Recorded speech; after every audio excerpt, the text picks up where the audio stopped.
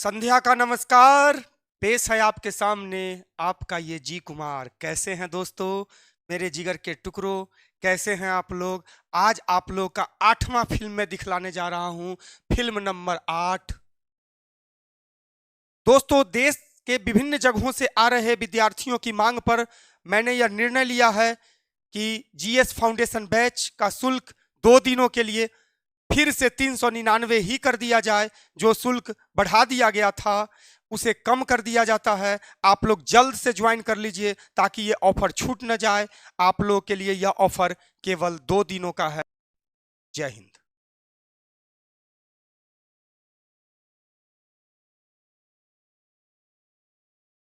भारत 200 ईसा पूर्व से 300 ईस्वी के बीच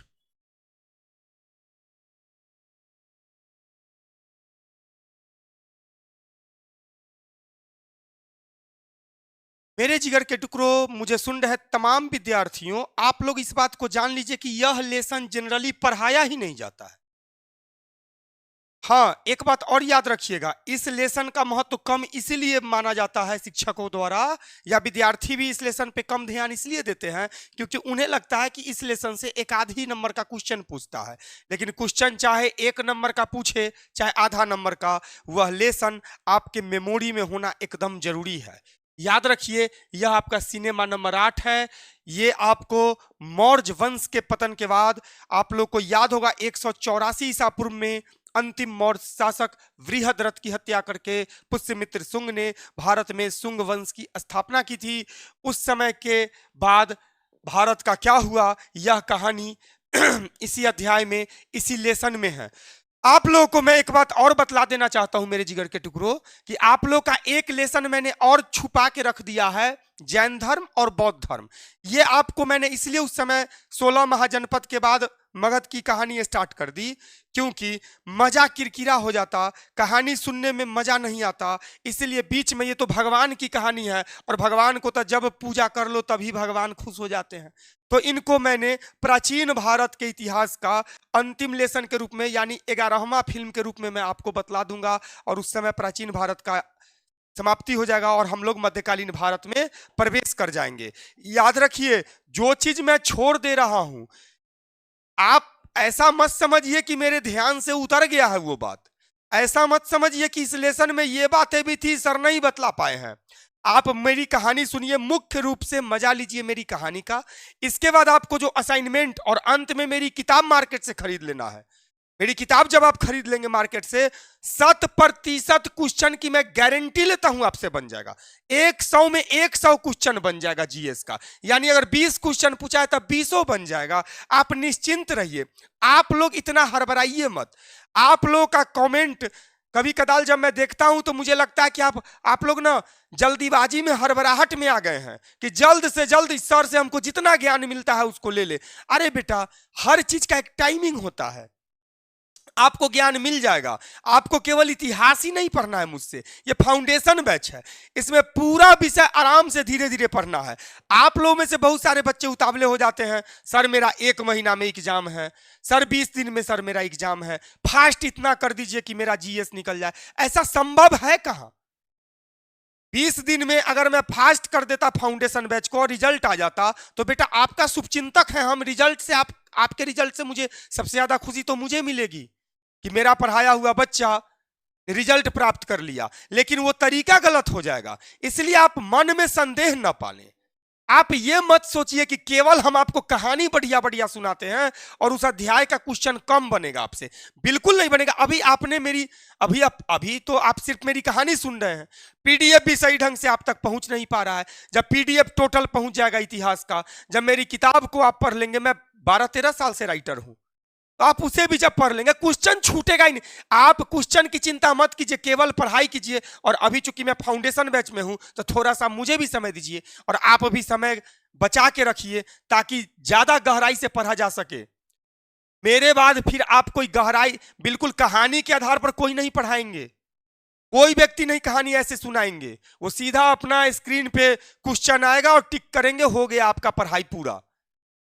ठीक है, तो वो प्रैक्टिस करने के लिए अंत में ठीक है, लेकिन पहले आप बेसिक मैटर मजबूत कर लीजिए ताकि आपका लाइफ डगमगाए नहीं। हम आगे चलते हैं फिल्म नंबर 8 पे, जो है भारत 200 ईसा पूर्व से 300 ईस्वी के बीच। यह वह काल था जब भारत में मौर्य वंश का पतन हो गया था, और आप सबों को पता होगा कि जब बहुत बड़ा पत्थर बिखरता है, टुकड़े टुकड़े में बंटता है, तो असंख्य छोटे छोटे टुकड़ों का उदय होता है। आप लोग को पता होगा कि इतिहास गवाह है कि जब बहुत बड़ा साम्राज्य बिखरा है तो बहुत छोटे छोटे राज्यों का उदय हुआ है। एक जो साम्राज्य होता है वो अनगिनत राज्यों को अपने में समेटे रहता है, और वे राज्य इस कारण से चुपचाप उस साम्राज्य की अधीनता को स्वीकार करते हैं, क्योंकि उसे पता होता है कि इस साम्राज्य से विरोध करने का, विद्रोह करने का मतलब मौत ही है।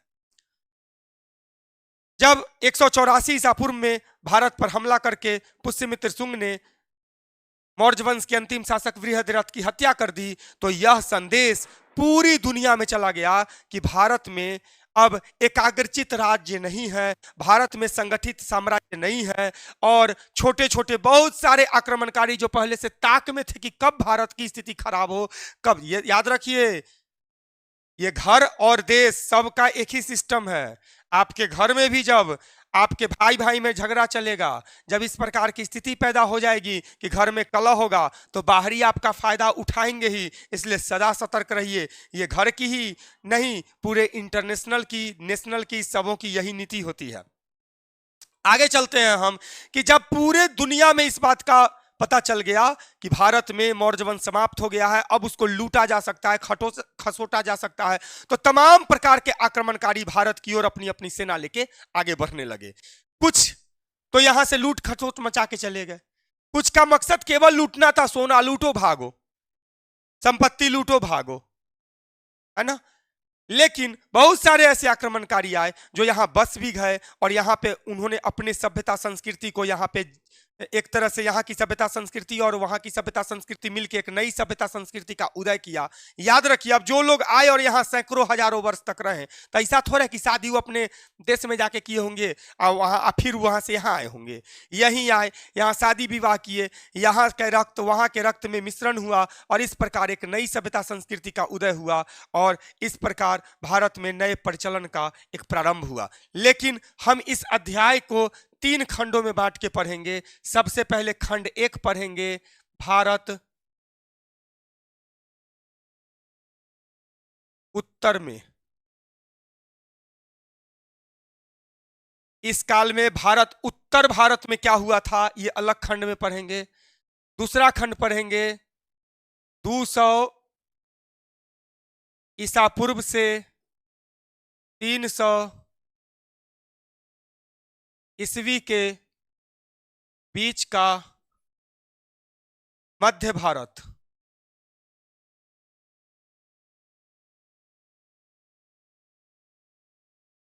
फिर तीसरा भाग में पढ़ेंगे भारत दक्षिण भारत, 200 ईसा पूर्व से 300 ईस्वी तक। ये 3 खंडों में हम बांट के इस काल का इतिहास पढ़ेंगे, क्योंकि ये बहुत ज्यादा जटिल अध्याय है, इसलिए इतिहासकारों ने इसे 3 खंडों में बांट दिया है। 200 ईसा पूर्व से 300 ईस्वी के बीच का उत्तर भारत, 200 ईसा पूर्व से 300 ईस्वी के बीच का मध्य भारत, और 200 ईसा पूर्व से 300 ईस्वी के बीच का दक्षिण भारत। हम बारी बारी से आपको बतलाएंगे तीनों के बारे में। सबसे पहले हम शुरू करते हैं 200 ईसा पूर्व से 300 ईस्वी के बीच का उत्तर भारत, खंड 1 में।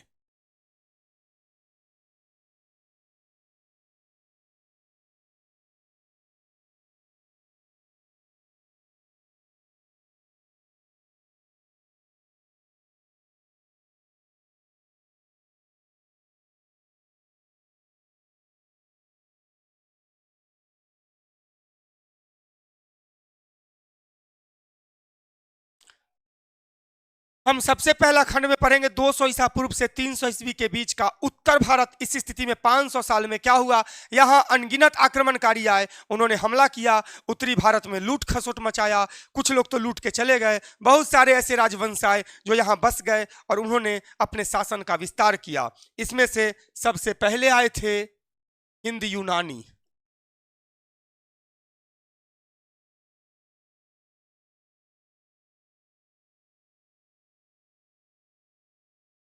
जान लीजिए, हिंद यूनानी वंश सबसे पहले आए थे उत्तर भारत में, हमला किया था इन्होंने और उत्तर भारत के बहुत सारे क्षेत्रों पर इन्होंने अपना अधिकार जमा लिया था।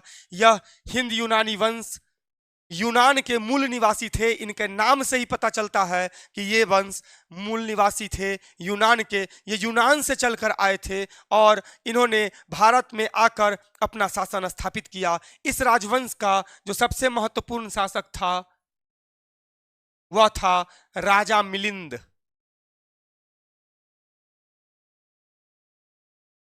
राजा मिलिंद हिंद यूनानी वंश के सबसे महत्वपूर्ण शासक थे और इन्हें मिनांडर के नाम से भी जाना जाता है।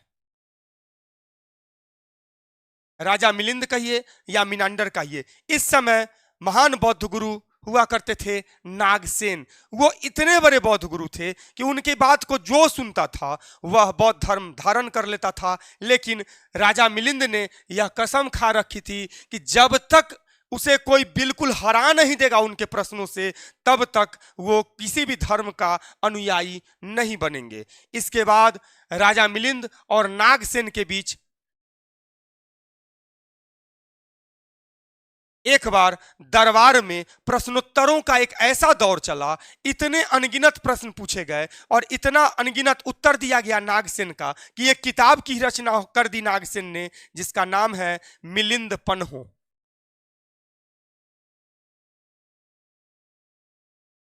मिलिंद पन्हो नामक पुस्तक। मिलिंद पन्हो का मतलब ही होता है मिलिंद के प्रश्न। मिलिंद के प्रश्न, मिलिंद पन्हो। मिलिंद पन्हो में आपको राजा मिलिंद द्वारा पूछे गए प्रश्न हैं और नागसेन द्वारा दिया गया उत्तर है। अंत में राजा मिलिंद की हार हो गई और उन्होंने बौद्ध धर्म स्वीकार कर लिया था। यह है राजा मिलिंद की कहानी। याद रखिए, हिंद यूनानी राजवंशों ने ही सबसे पहले भारत में सोने का सिक्का चलाया था। सोने का सिक्का चलाया। ये मोस्ट इंपॉर्टेंट है, मोस्ट इंपॉर्टेंट, बहुत ज्यादा इंपॉर्टेंट है। अक्सर पूछा गया है एग्जाम में, अक्सर पूछा जाएगा एग्जाम में कि सोने के सिक्के का प्रचलन करने वाला सबसे पहला राजवंश भारत में कौन था, तो हिंद यूनानी वंश ही था। याद रखिए, दूसरा जो है एक और इंपॉर्टेंट बात, भारतीय रंगमंच पे पर्दा का प्रचलन हिंद यूनानी राजवंशों ने किया था। भारतीय रंगमंच पे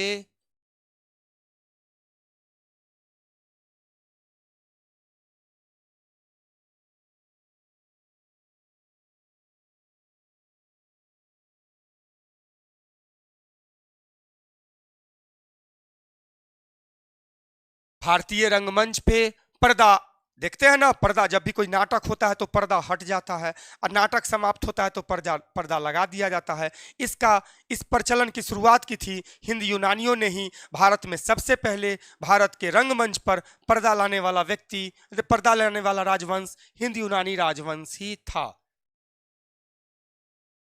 इससे आगे चलते हैं तो दूसरे जो महत्वपूर्ण राजवंश आए भारत में, उत्तर भारत में वे थे शक राजवंश।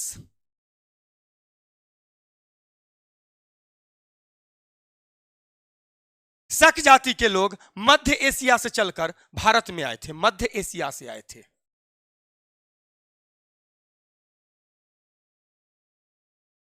शक वंश याद रखिएगा, इस काल को ही आधार बना के भारत सरकार राष्ट्रीय पंचांग चलाती है। इस काल को ही, शक काल को ही आधार बना के राष्ट्रीय पंचांग जो चलता है भारत में, शक काल को ही आधार बना के चलता है। इससे आगे चलते हैं तो शक वंश के सबसे महान शासक रुद्रदामन प्रथम हुए। शक वंश के सबसे महान शासक हुए रुद्रदामन प्रथम। यह राजवंश भारत में सौराष्ट्र काठियावाड़ के क्षेत्र में मुख्य रूप से बस गया था और यह उत्तर भारत के सौराष्ट्र और काठियावाड़ वाले क्षेत्रों पर कई सौ वर्षों तक शासन किया। शक राजवंश काफी महत्वपूर्ण राजवंश माना जाता है और इसने इस देश में एक प्रकार से एक प्रकार से मिश्रित सभ्यता संस्कृति का उदय किया, जिस प्रकार हिंद यूनानियों ने किया था। इससे आगे चलते हैं तो तीसरा जो राजवंश आया था उत्तर भारत में, उसका नाम था पार्थियाई। पार्थियाई वंश। ये लोग ईरान के निवासी थे। ईरान के निवासी थे। पार्थियाई राजवंश ईरान के मूल रूप से निवासी थे और ये लोग ईरान से चलकर भारत में आए थे और उत्तर भारत के बहुत सारे क्षेत्रों पर इन्होंने अपना कब्जा जमा लिया था। इस वंश के सबसे महान राजक का नाम था गोंदोफनीसर। गोंदोफनीसर।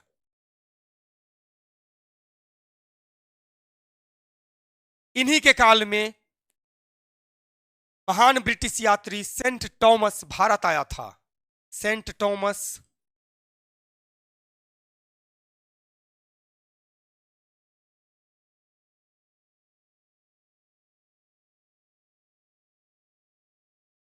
वो अपने ईसाई धर्म के प्रचार के लिए आया था। भारत में अपने ईसाई धर्म के प्रचार के लिए आया था गोंदोफनीसर के ही काल में सेंट थॉमस। इससे आगे चलते हैं कुषाण राजवंश।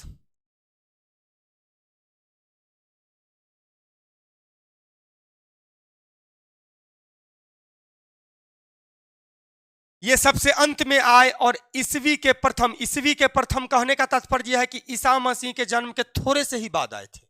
ठीक है। ईसवी के प्रथम ईसवी शताब्दी में आकर इन्होंने बाकी सभी राजवंशों को खदेड़ दिया और खुद पेशावर में जम गए। पेशावर और तक्षशिला में जम गए और ये काफी शक्तिशाली राजवंश थे। इनका मूल निवास स्थान चीन था। चीन से आए थे और ये पेशावर और तक्षशिला में जम गए थे। मथुरा इसके राज्य के दक्षिणी कोर पे बसा हुआ महत्वपूर्ण नगर था। मथुरा आप अभी जानते होंगे। तो कुषाण राजवंश के जो सबसे महान शासक थे उनका नाम था राजा कनिष्क।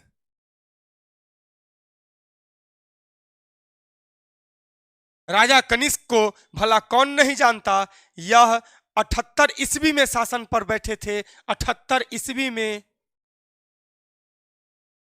सिंहासन पर बैठे थे।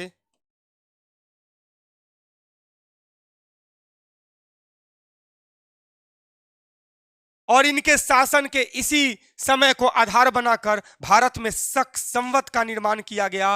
राजा कनिष्क के ही शासन के प्रारंभ को से शक संवत की शुरुआत होती है। याद रखिएगा, राजा कनिष्क ने ही शक संवत की शुरुआत की थी। शक संवत को शुरुआत करने वाला व्यक्ति राजा कनिष्क थे, जो कुषाण राजवंश के शासक माने जाते हैं, सबसे प्रसिद्ध शासक माने जाते हैं। ये कनिष्क भारतवर्ष के महान शासकों में से एक गिने जाते हैं और इनका राज्य मध्य एशिया तक फैला हुआ था। उत्तर दक्षिण पूरब पश्चिम चारों दिशाओं के भारतीय राजा इनसे भय खाते थे। राजा कनिष्क बहुत ही महान शासक हुए और इनके शासनकाल से संबंधित कई ऐसी घटनाएं हैं जिसके लिए सदा राजा कनिष्क को याद रखा जाएगा। सबसे ज्यादा सोने का सिक्का कुषाण काल में ही चला था। याद रखिएगा, सबसे पहले हिंद यूनानियों ने चलाया था और सबसे ज्यादा मात्रा में चला था कुषाण राजवंश में। सबसे ज्यादा मात्रा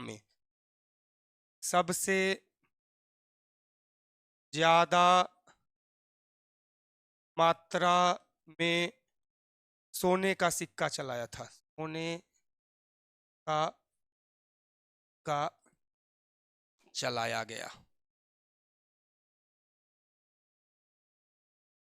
याद रखिएगा, ये चारों राजवंश हिंद यूनानी राजवंश, शक, पार्थियाई, कुषाण, ये चारों राजवंशों ने बारी बारी से उत्तर भारत प्रशासन किया और इन्होंने भले ही शुरू में तो ये आए थे लूट खसोट मचाने ही, लेकिन जब ये लोग यहाँ बस गए तो यहाँ की धरती से इन लोगों को बहुत स्नेह हो गया, प्रेम हो गया और ये लोग यहाँ अपनी सभ्यता संस्कृति का उदय करने लगे और यहीं बस गए, यहीं के होकर रह गए और यहीं को इसी धरती को अपनी धरती मान बैठे और इस प्रकार ये भी भारत का ही अंग बन गए। इससे आगे चलते हैं हम खंड 2।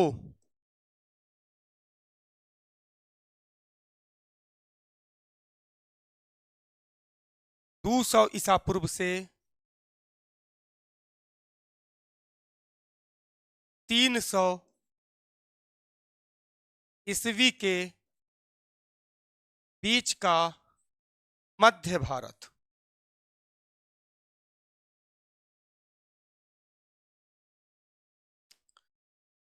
दो सौ ईसा पूर्व से 300 ईस्वी के बीच का मध्य भारत। याद रखिए, ये मध्य भारत कहिए या इस काल में दक्कन के क्षेत्र में या दक्षिणापथ में, दक्कन का क्षेत्र या दक्षिणापथ, उत्तर से दक्षिण की ओर जाने वाला रास्ता दक्षिणापथ कहलाता था। दक्कन का जो क्षेत्र था, मध्य क्षेत्र, उसी को दक्षिणापथ के नाम से जाना जाता था। वहां पे इस काल में 200 ईसा पूर्व से 300 ईस्वी के बीच में सातवाहन राजवंश का शासन था। सातवाहन राजवंशों का शासन था।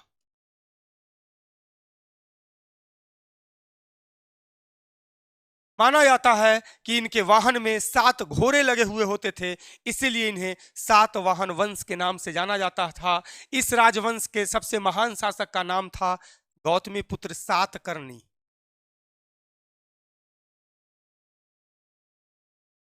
सातवाहन वंश के सबसे महान शासक थे गौतमीपुत्र सातकर्णी, जिसे पश्चिम का स्वामी भी कहा गया है। इन्हें पश्चिम का स्वामी भी कहा जाता था, क्योंकि इनका साम्राज्य पश्चिम तक फैला हुआ था। ये पश्चिम के भी कुछ प्रदेशों को जीत लिए थे, इसीलिए इन्हें पश्चिम का स्वामी कहा गया है। अक्सर पूछता है किस राजा को पश्चिम का स्वामी कहा गया है, तो गौतमीपुत्र सातकर्णी को पश्चिमी का स्वामी कहा गया है। इससे आगे चलते हैं। खंड 3,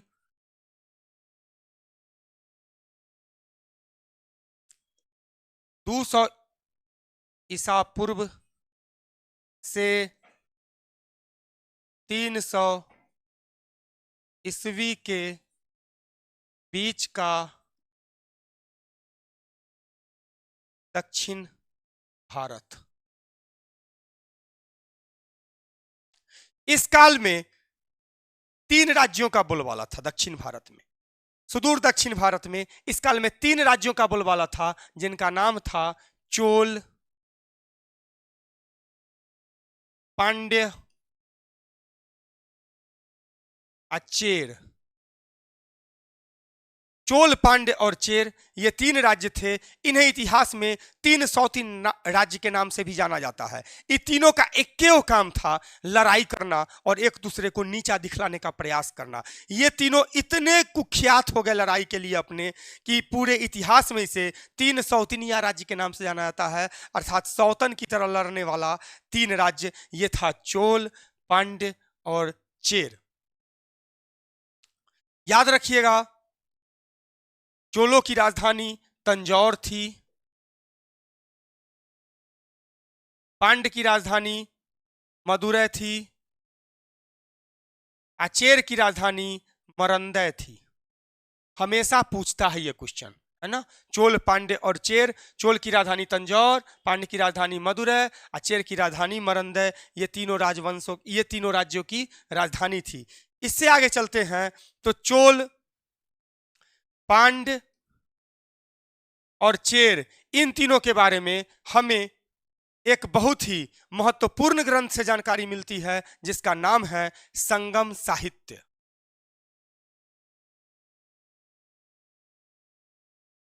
संगम साहित्य से हमें चोल, पांड्य एवं चेर के बारे में जानकारी मिलती है।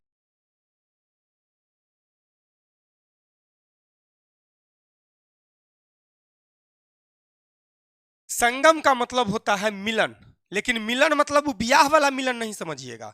जब पूरे भारतवर्ष के और मुख्य रूप से दक्षिण भारत के महानतम कवि आपस में एक जगह बैठकर और संगम किया करते थे, विद्वता का मंथन किया करते थे, तो उसे संगम कहा जाता था।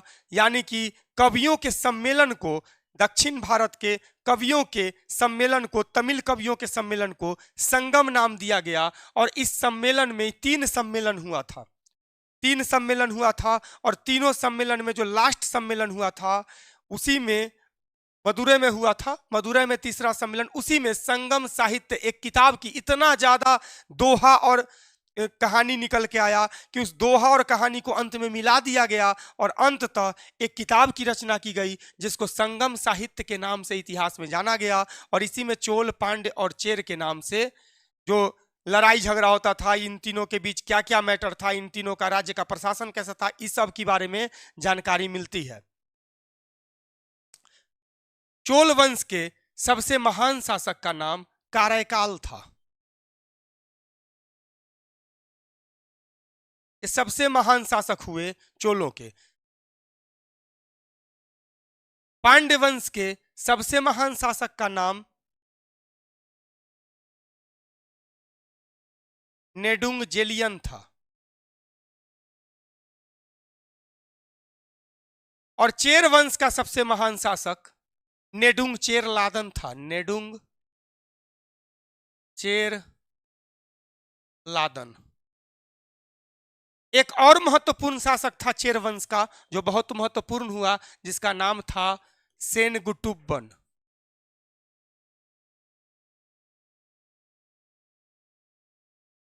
यह है 200 ईसा पूर्व से 300 ईस्वी के बीच का भारत का स्थिति। और जैसे ही 300 ईस्वी में हम आते हैं वैसे ही गुप्त साम्राज्य का उदय हो जाता है। फिर से पूरे साम्राज्य को मिलाकर, फिर से छोटे छोटे राज्यों को मिलाकर फिर से एक साम्राज्य बना जिसने पूरे भारतवर्ष में तहलका मचा दिया।